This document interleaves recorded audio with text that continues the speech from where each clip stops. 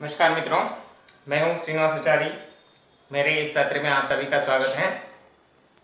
आज हम शब्द भेदों के अंतर्गत विस्मयादि बोधक के बारे में पढ़ने जा रहे हैं। इससे पहले के वीडियोस में मैंने आप लोगों को समझाया कि शब्द भेद कितने प्रकार के होते हैं और उनके उपभेद क्या क्या हैं।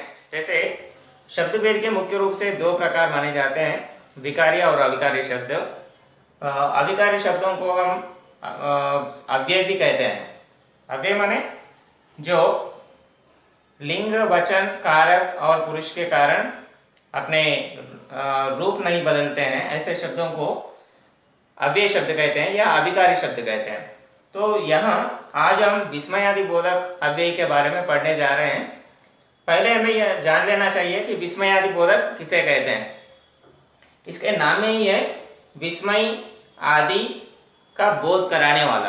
विस्मय माने आश्चर्य, आश्चर्य, हर्ष, शोक, अनुमोदन, इस तरह के भावों को व्यक्त करने वाले शब्द जो हैं, इन शब्दों को विस्मयादि बोधक शब्द कहते हैं। इसकी परिभाषा हम इस तरह लिख सकते हैं कि जिन अव्ययों से हर्ष, शोक आदि के भाव सूचित हों पर उसका संबंध वाक्य या उसके किसी विशेष पद से ना हो, उन्हें विस्मयादि बोधक कहते हैं। जिन अव्ययों से, अव्यय माने जो शब्द अपने रूप नहीं बदलते, लिंग, वचन और कारक की वजह से या पुरुष की वजह से जो अपने रूप नहीं बदलते, ऐसे शब्द जो हर्ष, शोक, विस्मय आदि के भाव जिन शब्दों से हमें सूचित होता है, लेकिन इन शब्दों का संबंध जो है इसके बाद आने वाला जो वाक्य है, उस वाक्य से या उसके वाक्य के किसी पद से कोई संबंध नहीं रहता। ऐसे जो शब्द हैं, ऐसे शब्दों को विस्मयादि बोधक शब्द कहते हैं। जिन अव्ययों से हर्ष, शोक आदि के भाव सूचित हो पर उसका संबंध वाक्य या उसके किसी विशेष पद से ना हो, ऐसे शब्द जो हैं विस्मयादि बोधक शब्द कहलाते हैं। तो यहाँ इनके कुछ प्रकार हैं विस्मयादि बोधक के। यहाँ कितने 7 प्रकार माने जाते हैं। तो यहाँ हम अब इनके बारे में पढ़ेंगे। इनके प्रकार हैं जैसे हर्ष बोधक, शोक बोधक, आश्चर्य बोधक, अनुमोदन बोधक, तिरस्कार बोधक, स्वीकार बोधक और संबंध बोधक। ऐसे 7 प्रकार के माने जाते हैं। तो पहला जो है हर्ष बोधक। हर्ष माने खुशी, खुशी को व्यक्त करते हुए उस जिस वाक्य को हम कहने जा रहे हैं, उस वाक्य से पहले जो शब्द आता है, खुशी को व्यक्त करते हुए जो शब्द आता है, उसे हर्षबोधक, विस्मयादि बोधक शब्द कहते हैं। ठीक है, इनके लिए कुछ उदाहरण यहाँ दिया गया है। जैसे आहा, आहा कितना अच्छा लड़का है, वाह वाह, और धन्य धन्य, धन्य धन्य, आपका यहाँ आना हमारे लिए खुशी की बात है। जय, जिस तरह खुशी से जय जयकार करते हैं।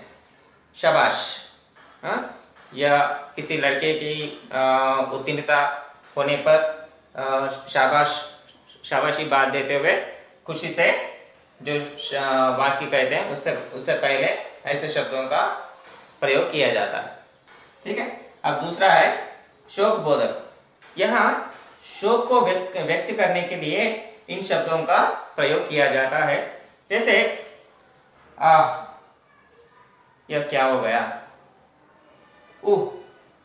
क्या हो गया, हा हा हा, इस तरह। और हाय, हाय राम, ये क्या हो गया।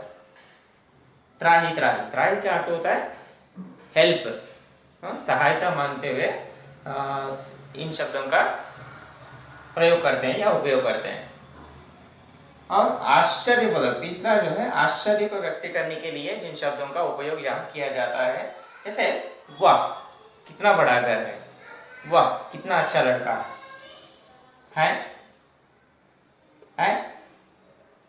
और ओहो क्या, क्या उसने ऐसा किया, इस तरह आश्चर्य व्यक्त करते हुए।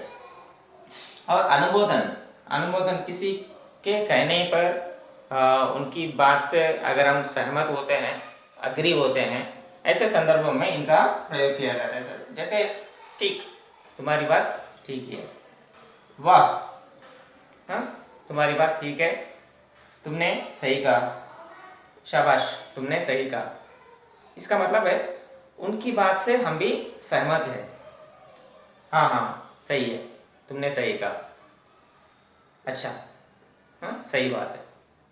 इस तरह किसी की बात का हम अनुमोदन करते हैं, अग्री करते हैं, हाँ? और तिरस्कार बोधक, जब हम किसी की बात का तिरस्कार करते हैं, ऐसे संदर्भों में इसका प्रयोग करते हैं। जैसे छी, तुमने क्या कहा, हट, तुमने यह अच्छा नहीं किया, अरे चल, दुर, दिक, ये जो है धिक्कार, धिक्कार के अर्थ में इनका प्रयोग किया जाता है। चुप, तुमने अच्छा नहीं किया, हाँ? यह भी तिरस्कार के भाव से इन शब्दों का उपयोग किया जाता है।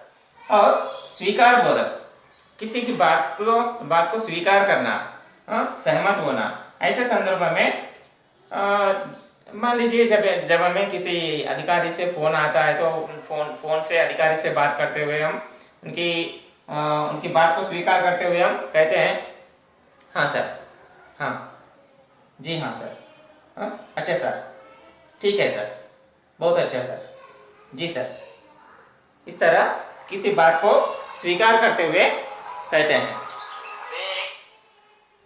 संबंध बोधक, संबंध बोधक माने या संबोधन बोधक माने यहाँ किसी को संबोधन करने के लिए, किसी को पुकारने के लिए यहाँ इन शब्दों का उपयोग किया जाता है। जैसे किसी को नाम से नहीं पुकारते हुए कुछ शब्दों का प्रयोग करते हैं उन्हें पुकारने के लिए। जैसे अरे इधर आओ, अरे सुनो। यहाँ हम अक्सर देखते हैं कि भारतीय नारियां या महिलाएं अपने पति को नाम से नहीं पुकारती हैं, जैसे वे पुकारती हैं कि अजी सुनो, लो जरा सुन लो, तो लो जरा मेरी बात से सुन लो, इस तरह पुकारती हैं। जी, जी जरा मेरी बात तो सुनते जाओ, हे जरा सुनो, अहो इधर आओ। इस तरह इन शब्दों का, इन विस्मयादिबोधक शब्दों का उपयोग करते हैं। तो आज हम इस सत्र में सीख लिए हैं कि विस्मयादिबोधक क्या है, विस्मयादिबोधक की परिभाषा किस तरह लिख सकते हैं, और विस्मयादिबोधक के कितने प्रकार हैं, कौन कौन से हैं, और इनके उदाहरण क्या क्या हैं, माने विस्मयादिबोधक शब्द कौन कौन से हो सकते हैं और इनका प्रयोग कहाँ कहाँ होता है, हम किस तरह इनका प्रयोग कर सकते हैं। मुझे विश्वास है कि आप सभी लोगों को इसके बारे में पूर्ण रूप से समझ में आया होगा, आप अच्छी तरह समझ लिए होंगे। तो मेरा निवेदन है कि आप सभी लोग मेरे वीडियोस को लगातार देखते रहिए, सब्सक्राइब कीजिए। धन्यवाद।